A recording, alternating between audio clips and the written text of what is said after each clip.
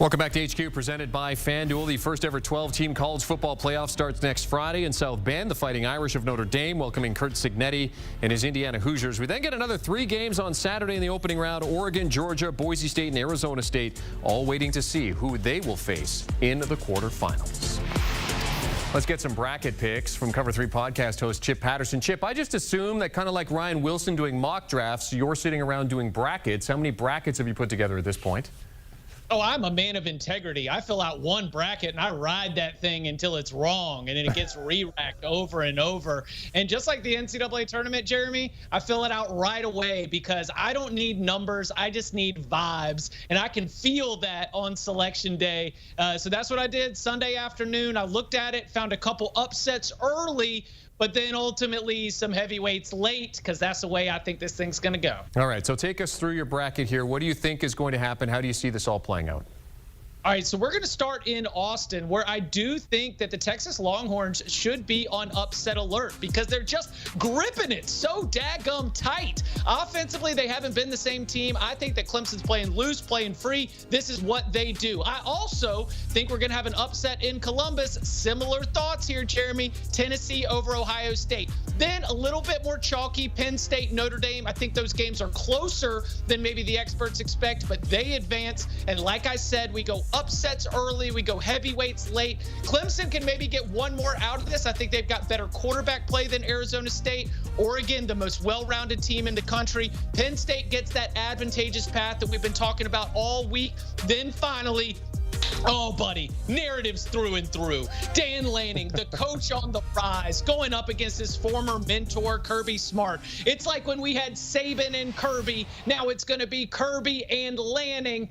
And just like when Kirby Smart was able to finally take down Alabama and win the national championship, I think we see Dan Lanning be able to get it done and really start to join. And I know that Danny Cannell's been talking about this, but Dan Lanning with a national championship, even with the small sample size, joins that conversation as one of the best coaches in the entire country. So yeah, I've got Oregon over Georgia in my final after a little bit of chaos caused by Clemson and Tennessee early. Chip, you mentioned that you've got the potential for some upsets in your bracket there and some playoff surprises. We always get 1 or 2 of them, but what is it that you've seen about this Oregon team that has you full of confidence that they can run the table and win the Natty?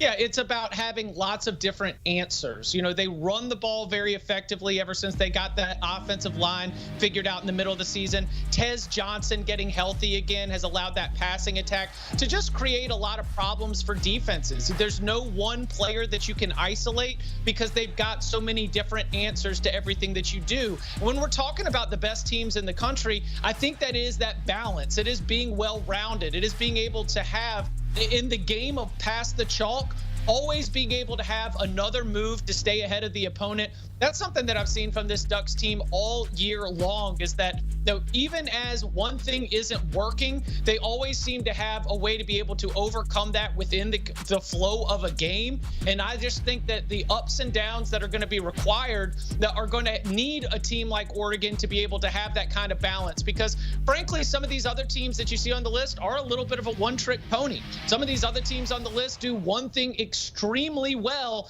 while Oregon is a little bit of the entire kaleidoscope of excellence. Defensively, they can rush the passer. They've got great defensive backs as well. It is that sort of look, honestly, of some of those national championship Georgia Bulldog teams where you just have so many different things that are being done at a high level. I think it is no surprise that Dan Lanning, with his ability to identify elite talent out of high school, add talent out of the transfer portal, has put together a team that does not have weaknesses. It only comes down to execution. If Oregon doesn't win the national championship, it is for 2 reasons. It is either number 1, they did not perform to the best of their abilities, or number 2, another team or another player just absolutely goes supernova and goes to take it, because nobody all season long has been better or more balanced than the Oregon Ducks.